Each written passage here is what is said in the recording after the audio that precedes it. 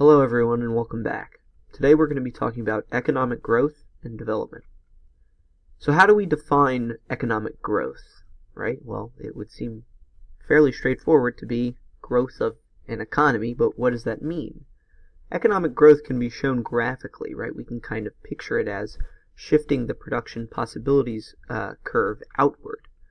It reflects the fact that more of all goods can be produced within an economy, and here's kind of what we mean. Suppose that we have the production possibilities frontier in 2017, some growth happens and we can reach this outward shifted production possibilities frontier in 2037, 20 years later. So there's some things that we can notice in how we want to frame growth, right? Well, we know a little bit about GDP, and India has a real GDP more than 15 times as large as Denmark. But India's population is about 200 times larger than Denmark. So then India is relatively poor and Denmark is relatively rich, and this has to do with income or GDP per capita. So economic growth, what is it? Economic growth is the increase in per capita real GDP measured by its rate of change per year. Here's kind of a graph of economic growth in the United States. And so this next slide is going to show the average annual rate of growth of real GDP per person in a bunch of different countries since 1970. So what are the costs and benefits of economic growth? Well, often what we see when we have growth in a country is there's a reduction in illiteracy, a reduction in poverty. Usually health follows and becomes better. People live longer lives, and the political climate is typically more stable. But there are some costs, right? There may be pollution, the breakdown of the family. I think what this is alluding to is when people sort of, it ties in with urban congestion. People may leave villages where their families have been for decades into this urban region, and you kind of move away from these larger families, right? But so why do we care about growth rates? Why don't we just care about the big lump GDP?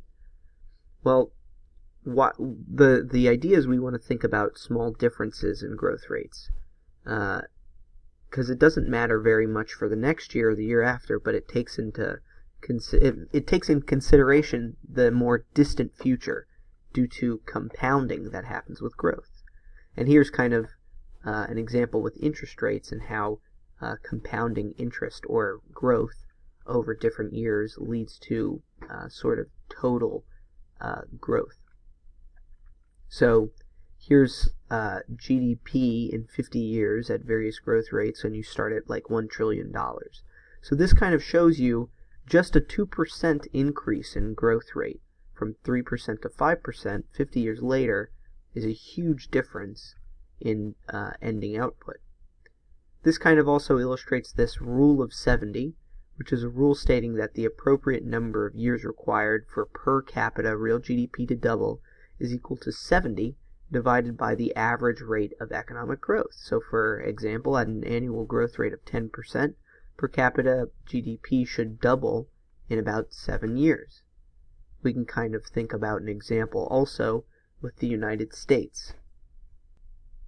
We can write total economic growth as a sum of growth rates in an economy.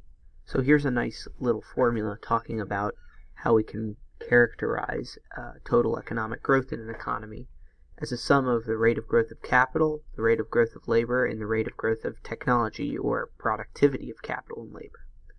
So what is labor productivity? It's the total real domestic output or real GDP divided by the number of workers, output per worker, or the number of labor hours. It increases whenever average output is produced during a specific time period. And here's kind of a nice graph, bar graph about it. It's important to think about how saving determines growth. To have more consumption in the future, you have to consume less today and save the difference between your income and your consumption.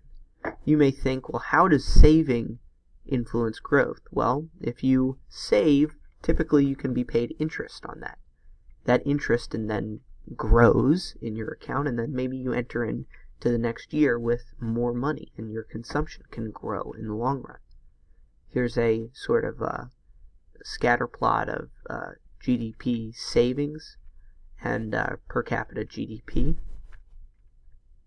We also want to talk a little bit about this idea of new growth theory, which is a theory of economic growth that examines the factors determining why technology, research, innovation, and things like that are undertaken and how they interact with the economy.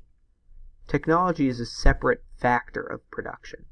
When the rewards are greater, more technology advances will occur. You may have remembered from the section on production that typically output is a function of capital and labor, or effective labor, which is like this technology-augmented labor. That technology can enter into production in many different ways, and sometimes we just think about it as a separate factor of production. But what goes into technology or productivity is research and development. So we want to talk about a patent, which is a government protection that gives an inventor the exclusive rights to make, use, or sell an invention for a limited period of time. This creates an incentive for research and development. Here's a nice graph about patent grants over the years. So research and development contains some positive externalities in R&D. It's for every 1% rise in the stock of R&D in the United States alone, productivity worldwide, it seems, increases by about 0.25%. So we also want to think about how having an open economy and trade may affect growth. Well, so the prevailing thought in the literature and in the data is that free trade encourages the spread of technology and then growth, because growth is a function of productivity and the rate of technological growth. Here's a scatter plot again about the tariff barrier index and average annual growth. We also want to think about how innovation helps with growth. It's similar to R&D, right? Innovation is transforming an invention into something that is useful to humans. New growth theorists believe that the real wealth creation comes from innovation, and invention is a facet of innovation. So we want to really hammer down the importance of ideas and new knowledge in an economy and how they affect growth. Knowledge, ideas, and productivity are related. Ideas drive economic growth. Again, remember, in that formula for total economic growth is kind of growth of technology or growth of productivity, and that is what knowledge and ideas capture. A very famous economist, Paul Romer, and other new growth theorists agree that economic growth can continue so long as we keep coming up with new ideas. The importance of human capital also can't be hit on enough in terms of growth. This knowledge, ideas, and productivity, they're all on the same side of the coin. Human capital consists of knowledge that people acquire. Investing in human capital raises living standards. Human capital you can think of as like education.